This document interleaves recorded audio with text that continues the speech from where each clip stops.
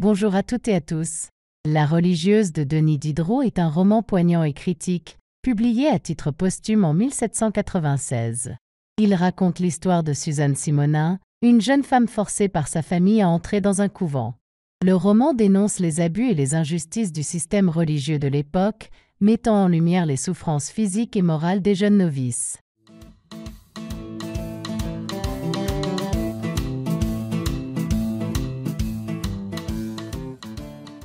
À travers ses lettres, Suzanne décrit les abus et les injustices qu'elle subit au sein de l'institution religieuse. Le roman critique les dogmes religieux et les pratiques ecclésiastiques de l'époque, tout en mettant en lumière les souffrances et les luttes des femmes dans la société du XVIIIe siècle. Suzanne incarne la quête de liberté et d'émancipation face à une société oppressive.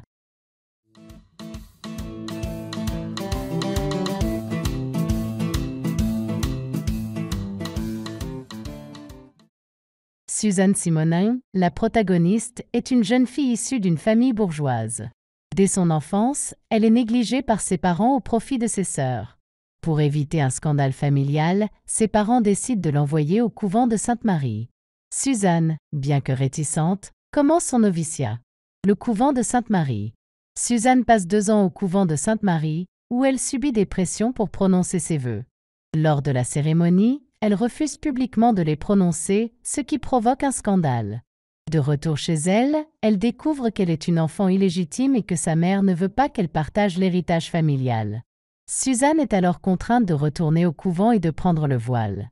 Suzanne est transférée au couvent de Longchamp, où elle est initialement sous la protection de la supérieure, Madame de Mauny.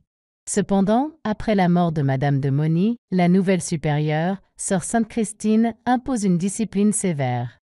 Suzanne subit des vexations et des abus, ce qui la pousse à vouloir quitter le couvent. Tentative d'évasion et procès. Suzanne tente de faire annuler ses vœux en écrivant à un avocat, M. Manoury. Cependant, ses tentatives échouent et elle est punie sévèrement. Elle est mise au cachot et subit des exorcismes. Malgré le soutien de quelques alliés, comme Sœur Ursule, Suzanne est constamment harcelée par les autres religieuses. Le roman se termine sur une note sombre, avec Suzanne toujours emprisonnée dans le couvent, mais déterminée à continuer sa lutte pour la liberté. La religieuse est une critique acerbe des institutions religieuses et de l'oppression des femmes, mettant en lumière les injustices et les souffrances endurées par Suzanne.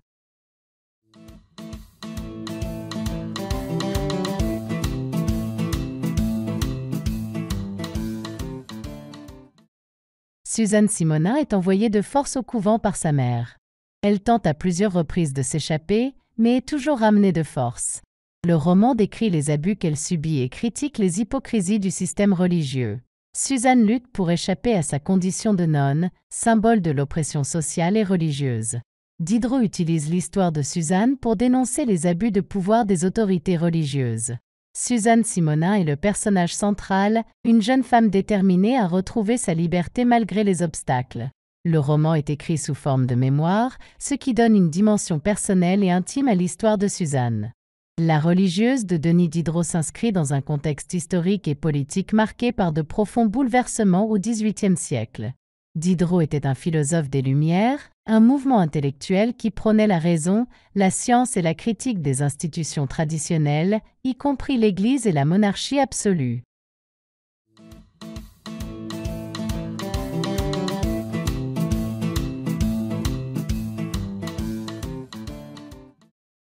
Le roman est une critique acerbe de l'Église catholique et de ses pratiques. À cette époque, l'Église avait une influence considérable sur la société et la politique. Diderot utilise l'histoire de Suzanne Simonin pour dénoncer les abus de pouvoir et l'hypocrisie des institutions religieuses. La France était encore sous l'Ancien Régime, caractérisée par une monarchie absolue et une société hiérarchisée. Les philosophes des Lumières, dont Diderot, remettaient en question cette organisation sociale et politique. La religieuse a été écrite entre 1760 et 1780, mais Diderot ne l'a pas publiée de son vivant par crainte de la censure. Le roman a été publié à titre posthume en 1796, après la Révolution française, une période où les idées des Lumières avaient commencé à transformer la société. Ce contexte historique et politique est essentiel pour comprendre les critiques et les thèmes abordés dans la religieuse.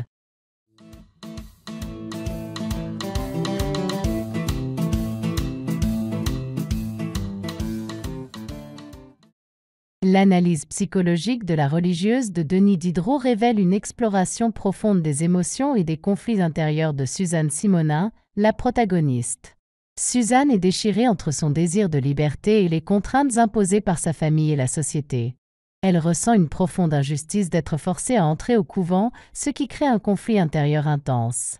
Ce sentiment d'injustice est exacerbé par la révélation de son statut d'enfant illégitime, ce qui la pousse à se rebeller contre son destin.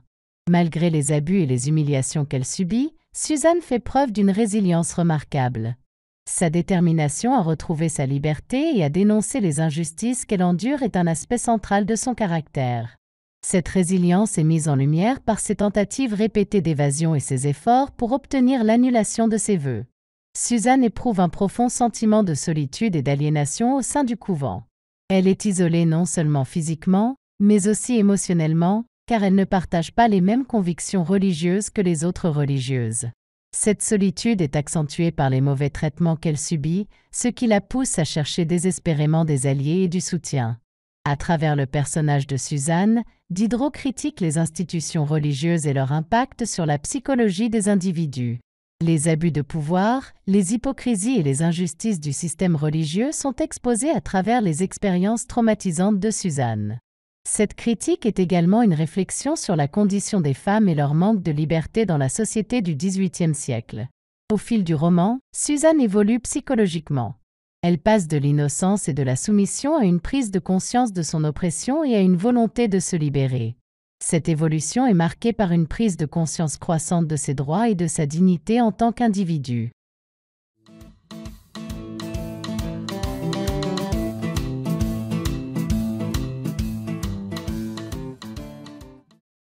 Dans La religieuse de Denis Diderot, la lutte des classes est subtilement présente à travers les interactions et les conflits entre les personnages, ainsi que dans la critique des institutions religieuses et sociales de l'époque. Suzanne Simonin, la protagoniste, est issue d'une famille bourgeoise, mais elle est traitée différemment en raison de son statut d'enfant illégitime. Cette discrimination montre comment les classes sociales influencent les relations familiales et les décisions de vie. Le couvent lui-même est un microcosme de la société de l'époque, avec une hiérarchie stricte et des abus de pouvoir. Les supérieurs, comme Madame de Mauny et Sœur Sainte-Christine, exercent un contrôle total sur les novices, reflétant les dynamiques de pouvoir et de classe au sein de l'Église. Diderot utilise le personnage de Suzanne pour critiquer non seulement l'Église, mais aussi la noblesse et la bourgeoisie qui soutiennent ces institutions. La décision de la famille de Suzanne de l'envoyer au couvent pour éviter un scandale social montre comment les classes supérieures utilisent les institutions religieuses pour maintenir leur statut et leur pouvoir. La lutte de Suzanne pour échapper à sa condition de nonne et retrouver sa liberté est une métaphore de la lutte des classes. Elle représente la résistance des individus contre les structures oppressives de la société, qu'elles soient religieuses ou sociales. Malgré les divisions de classe, il y a des moments de solidarité entre les personnages. Par exemple, Sœur Ursule, qui soutient Suzanne, montre que même dans un système oppressif, des alliances peuvent se former pour résister à l'injustice. La religieuse de Diderot explore la lutte des classes à travers la critique des institutions religieuses et sociales, les dynamiques de pouvoir au sein du couvent et la quête de liberté individuelle de Suzanne.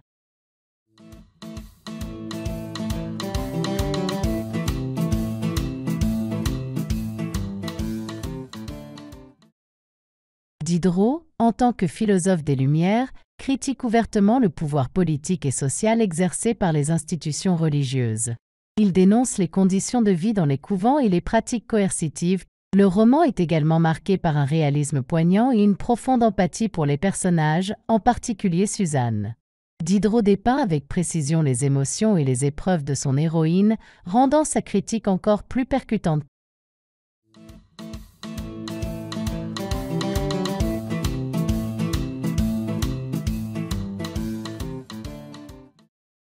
La religieuse est une œuvre qui combine une critique acerbe de l'Église avec une défense passionnée de la liberté individuelle, tout en offrant un portrait réaliste et émouvant de la condition des femmes dans les institutions religieuses du XVIIIe siècle.